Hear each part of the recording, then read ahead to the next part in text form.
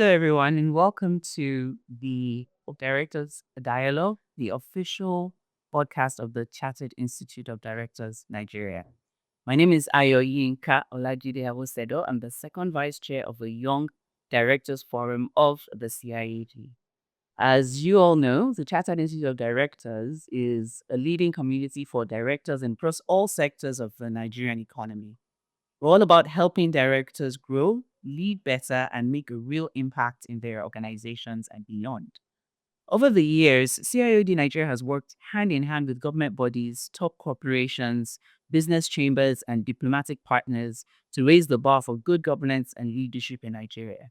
In 2023, we hit a major milestone, the Chartered Institute of Directors Nigeria Establishment Act, which is Act number 48 of 2023, which was officially signed into law.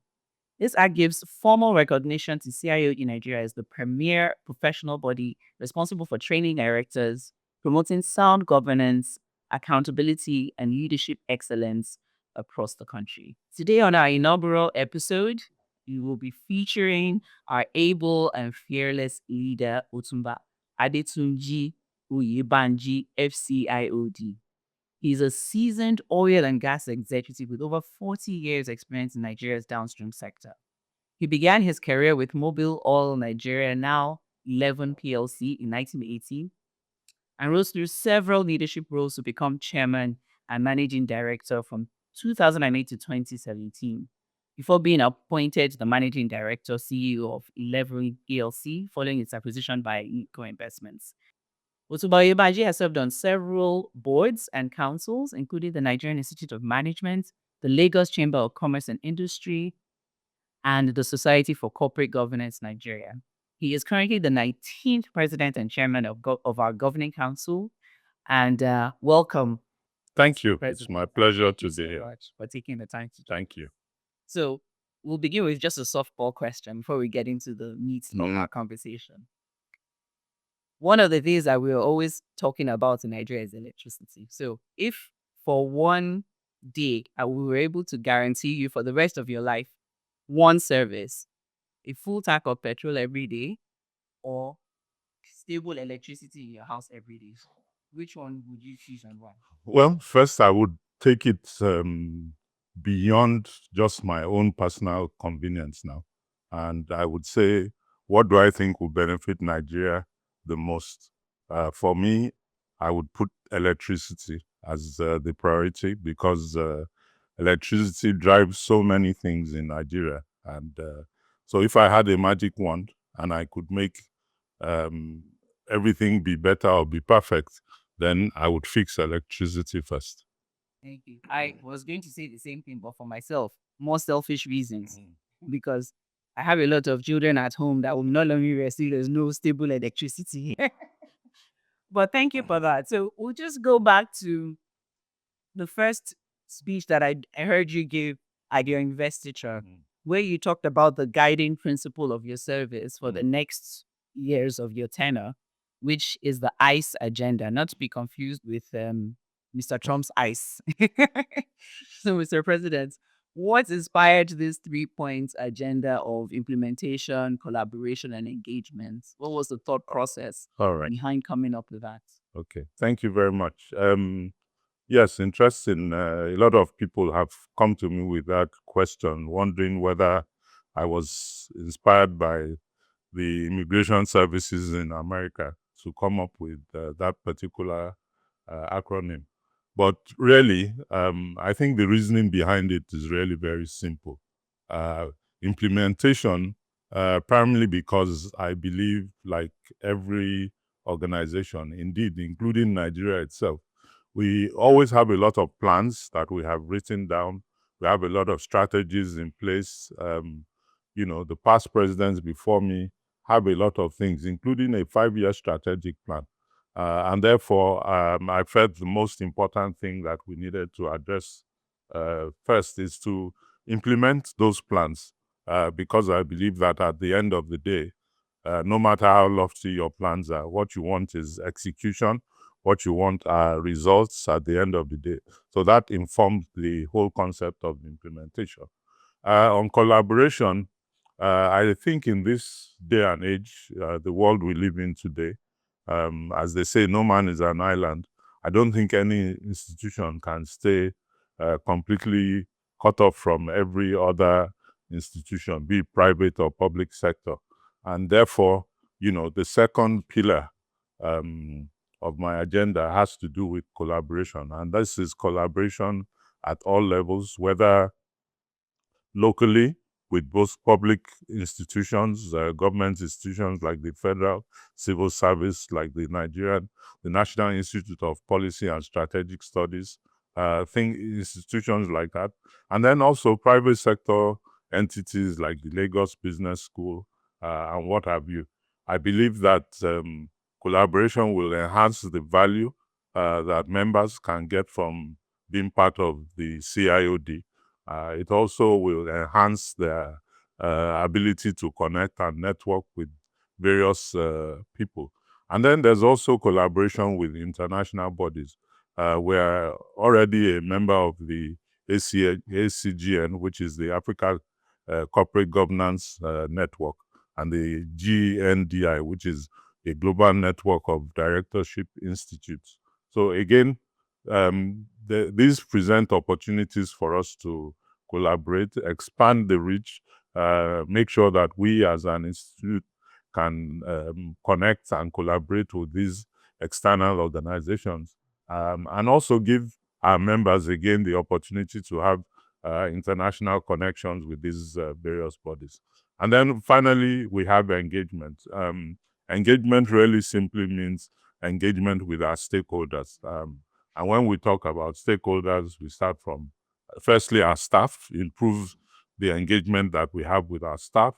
Our members also, very obviously, without members, there's really no institute. So we want to do much more. And this podcast in itself is part of our, one of the platforms that we want to use to improve engagement with our members. And then apart from that, we also have particular groups within the institute. These include the Young Directors Forum. It includes our elders and past presidents. So all these groups, we want to develop specific programs to improve our engagement with them.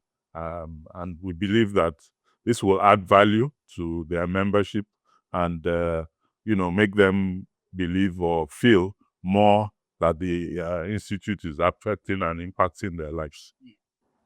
Thank you for that. You have said that, our relevance is measured by the voices, needs, and aspirations of our members. So it makes sense that, in engagement, we're developing programs that will engender the members more towards the institute. At the recent ADC, there was feedback from attendees, at least for us YDF executives, that were sitting as part of the participants and engaging with other attendees. One of the things that people want is more engagement, more communication, more hand-holding, being carried along what is happening, especially on the lower level. And when I say lower level, coming down to committee level, young directors, emerging directors, that mid-level of the institute. So there is a clamor from the members to get more from the main body as we see it. So I think that engagement is a very critical part of the agenda, and we're looking forward to working with you to achieve that. So this Establishment Act that we're so proud of, that we finally been able to get signed into law, how do you see that affecting the future of the institute? Well, okay, first and foremost, any lawyer would tell you that when you have a group, an institute, an association that is not recognized by law, somehow there's some limitations. You do not have the force of law backing you up. So I think the major or immediate change that the act brings to play is the fact that now we have law backing us up. That gives us statutory authority. When we advocate over a subject, when we uh, give an opinion of a subject, then this is an organization that is backed by law, and I believe people will, if you will, there'll be more respect, or people will recognize what is being done more. Now, the law itself has passed also means that there's going to be a transformation in the institute. Transformation in the sense that the structure has had to change from what it used to be. So we had to dissolve certain committees that existed in the past before the law, and new structures were put in place. In addition, it also gave us the opportunity to bring on board members of council, from regulatory authorities like Financial Reporting Council of Nigeria. So these people are now members of the governing council. So again, that gives us a broader perspective, especially from the point of the regulators who actually regulate the practice of directorship or the oversight of boards in the country. And then I think the final thing I would say on that point is that it also gives us better national relevance. As you could see from the ADC, we had at least 2 ministers from the government attending various events during the conference. And I think this is part of the recognition that we are now an institute backed by law. So I think ultimately it bids well for the future for the institute. It gives us more leverage, more authority as far as the dynamics of operation, and including our relationship with all these foreign organizations that I spoke about. Again, the fact that we're recognized by the law of Nigeria also gives us, I think, more clout in dealing with those. Okay, thank you. You've mentioned previously, or just as we were speaking earlier, that our strength resides in our members, and you mentioned some of the things that you like to do to engage with them more. So, what tangible changes should we members expect under your leadership? Okay. I think, as I did point out earlier, the the act itself brings about structural changes. So some of those structural changes I've spoke about before. In the past, for instance, we had a council that had several past presidents. In fact, all the past presidents were member of council. Now we have a council that is limited to the 3 immediate past presidents. So that is one of the changes. Another change has to do with the fact, like I said, we now have members from new other bodies that have joined us. So, like I said, the Financial Reporting Council of Nigeria, the Securities and Exchange Commission. All this brings a new flavor to council. With this elevated professional status that we have, I think it also gives us a bit more force in terms of, discipline. We now are in a position to set up a disciplinary committee to enforce certain ethical behaviors. So where any of our members go outside those standards or whatever, we now have a law backing us up to take action. Action in the sense that if somebody really offends the ethical code that we have put in place, we have steps that we can take to address such things. So I think that's another way that people will begin to feel impact. Okay, there's also the opportunity created by the fact that now that we are, recognized by law, and like I said, we're already members of certain international institutions. Again, with the authority coming from the law, I think it will be easier for our members who want to seek individual opportunities, business opportunities, with some of these international institutions. So I think one of the things I can say is that I think one of the ways that people will begin to feel the impact of this new law is that opportunities will increase for members. And then, of course, obviously, for members, there should be, I would say, an enhanced membership experience. Being that you now are part of an organization that is recognized by law, you yourself as a member carrying the title of the member of CIOD or fellow of CIOD, that comes with additional clout because you are now, part of an institution that is recognized by law. So my expectation is that whether it's in their boardrooms or wherever they are operating, they come with additional authority now because those fellowships, those memberships are recognized statutorily by law, and I think it also gives them better gravitas themselves, even individually on the boards where they sit. The world globally is experiencing currently a lot of challenges. Um, there are complex challenges that everyone's dealing with. There's a shifting economic landscape, there's the rapid tech developments, and then just evolving needs of corporates, directors, individuals.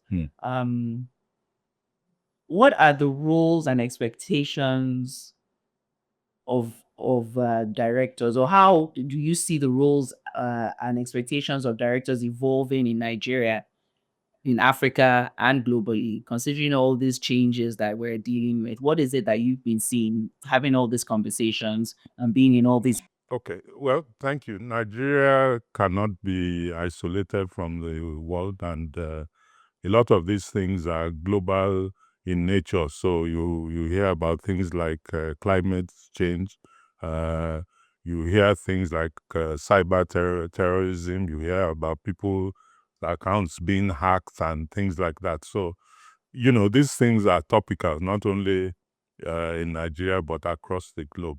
So I think the expectation that I would have from directors is that they need to become more familiar with these concepts. One very important concept that is on the lips of everybody now and is a big topic is ESG, environmental, social, and governance. So obviously, directors today must know about climate change and what impact that it may have on the companies on which boards they sit. Uh, Also, social impacts. How do policies affect the staff? How do they affect the various stakeholders that they deal with? And of course, governance issues are becoming much more critical. So the whole concept of ESG, I think, is much more important than it used to be. And I think every director needs to be fully aware of such things. I think another area, like I touched upon earlier, is the area of digital disruption, cyber governance, data privacy. All these things are very current. They are very topical. And again, I think it's important for directors to be fully abreast of these things. We, as a council of CIOD, have undergone a lot of training in these areas. Cyber management. We've undergone training on artificial intelligence, for instance. So my expectation is directors across the board should take on all these concepts and get more acquainted with what they are and the implications of what they have for their businesses. So we also, I think, finally, I'd like to say that, in the past, it has always been about what I would call shareholder returns. That was the primary goal. That was the primary objective. But, you know, things have moved away from that. So rather than just having stakeholder capitalism, you now have what I might call stakeholder engagement.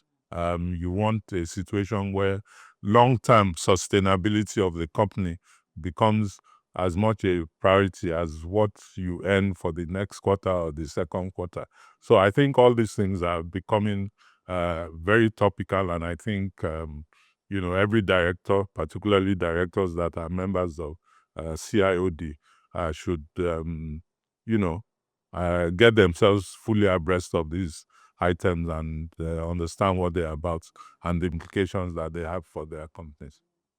You mentioned something about ESG, and ESG is always a curious one for me. I know that, I mean, in YDF, we've spent the last 2 years talking about ESG at our conference, at our knowledge sharing sessions. But I'm curious as to how realistic and practical it is to implement the E and the S in Nigeria in particular. We focus a lot on the G, but the E and the S, with the reality of our environment within Nigeria, how practical is it for companies to actually successfully implement the E and the S?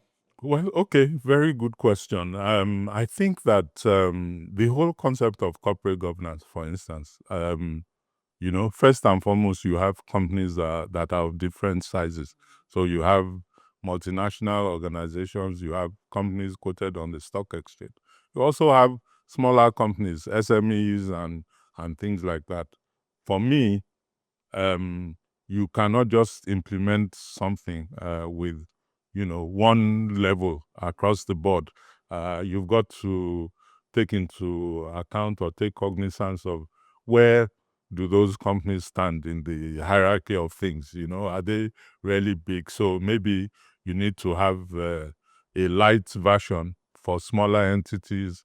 The extent of implementation, for instance, now take climate change, for instance, now. Many countries in Africa have been coming back to say, hey, wait a minute, you are giving us all these targets on carbon emission, and meanwhile, we haven't built up our industry to any level. So, in effect, we are not really polluting as much as many of the industrialized countries who are, have huge manufacturing things. So, I think these concepts, when they come and they are new and everybody is jumping on them, I think there's a need to step back. In my own industry, for instance, people talk about energy transition. So, which means everybody wants to go to renewables, go to electric cars and this and that. But here it is, Nigeria as a country, we have huge reserves of crude oil. Why must we, because the West is moving fast in this day, suddenly forget the fact that we have so much crude oil? So I think what we need is a balanced approach. We need to recognize that, okay, yes, these are wasting resources, but we should be able to exploit them for as long as we can. We shouldn't be forced to jump on every bandwagon and implement at the same level as other people are implementing. So I think for directors, understanding these concepts, understanding the implication, at the same time, if you take environmental, for instance, recently the Lagos state government has been taking a very strong stand about people pumping raw sewage into public space. So if you're operating a company and you are deliberately pumping, even though you may not be quoted on the stock exchange or you may not be a huge company, do you really want to be doing something like that, which is harmful to the environment? So at each of our levels, we're in a position to at least take control of the areas that affect us and manage it in a way that makes it environmentally sustainable over time. Thank you for that. It's one that I've always struggled with because like you said, I don't feel that we're at the level of the industrialized nations yet. We seem to just be going through our own industrial revolution, which they went through decades in the past. So how do we then immediately switch Exactly. to So we have to take our time and build up. that? Yes, yes. The CIOD is very committed to policy advocacy, capacity building, and just promotion of governance excellence generally. And we seem to be in an environment where there are challenges with policy inconsistencies. Our progress is hindered by infrastructure deficits and just a lot of different challenges in this environment. So, as an institute, what bold stance do you think that we can make in shaping governance reforms? Let's deal nationally first, Mm. and then with an eye to also affecting globally. Okay, I think CIOD needs to be the voice for upholding high corporate standards, whether they be public sector or private sector. So I think it's important wherever um, we see things that they either be unethical or do not follow proper corporate governance practice, for us to speak out as an institute to really say this is the way this kind of thing should be done. This is the danger of not doing it in the correct way. So I think, again, the good thing is that now that we have the backing of the law, as it were, we can take this moral authority that we now have, or this statutory authority, to be a bold voice against what I might describe as negative corporate governance practices. I think we also have the opportunity of driving very high standards. We are seen now as the premier professional body that guides the practice of directorship. Because of that, we need to, again, walk the talk. So we need to demonstrate that in our own governance itself, we're doing things as close as possible to the proper corporate governance standards, so that we set, an example for not only our own members and directors, but for other institutions and government bodies. I think, as like we said earlier, the concept of ESG, for instance, is also an area I think we need to drive and do a bit more advocacy on it. Not at a general level, but at a level where companies, no matter the scale or size of those companies, can key into certain elements that are relevant to them on all those platforms to make sure that they're doing the right thing. And then, of course, on the international side now, again, in international fora, I think CIOD needs to become, again, the voice to convey to the world that Nigeria is not being left behind in terms of corporate governance standards, and that there is a body within the country that drives those concepts and is pushing forward to make sure they are implemented across the country. I think that we've had quite an insightful conversation, and just want you to give us a final word. Well, I'll say second to final because I have one more question after your final word. Okay. So, given all that we've discussed today, looking at your agenda, looking at how the Chartered Institute of Directors is now positioned, what message would you like to leave with all our various stakeholders, our members, directors, aspiring leaders, and partners that we work with? Well, okay, I think firstly, I would say, first constituency is our members, and then, directors at large that may not necessarily be our members. One of the things I would like to say is that we need to be the beacons of trust. I'd like to think that anybody who is appointing a member of CIOD to their board knows that the person is a person that they can trust, is a person of integrity. So that is one of the things I'd really like to leave with people. Then I think we also need to embrace the future. We've talked about different things now. We talked about climate change. We talked about artificial intelligence. cyber attacks and things like that. So we should see these not as challenges but opportunities. So we should embrace the future and take it on boldly, but equip ourselves so that we can face that future, with confidence. And then the last thing I would say is that we need to think about the future in terms of who takes over. How do we sustain whatever it is we're doing, whether it's the institute, whether it's our families, whether it's our businesses. This should be something that takes our time, and we should give some thought to. The whole concept of YDF is about the future. So again, taking that into account, the institute itself felt that we needed to have a forum of people who may not necessarily, because people have this, when you use the word young, they think you are talking about teenagers or people in the early 20s. It's not really only about that. It's about somebody who is 50 and who maybe has been in the civil service and just sets up a business and is a director, is a young director. That person needs to be guided and schooled and helped and assisted.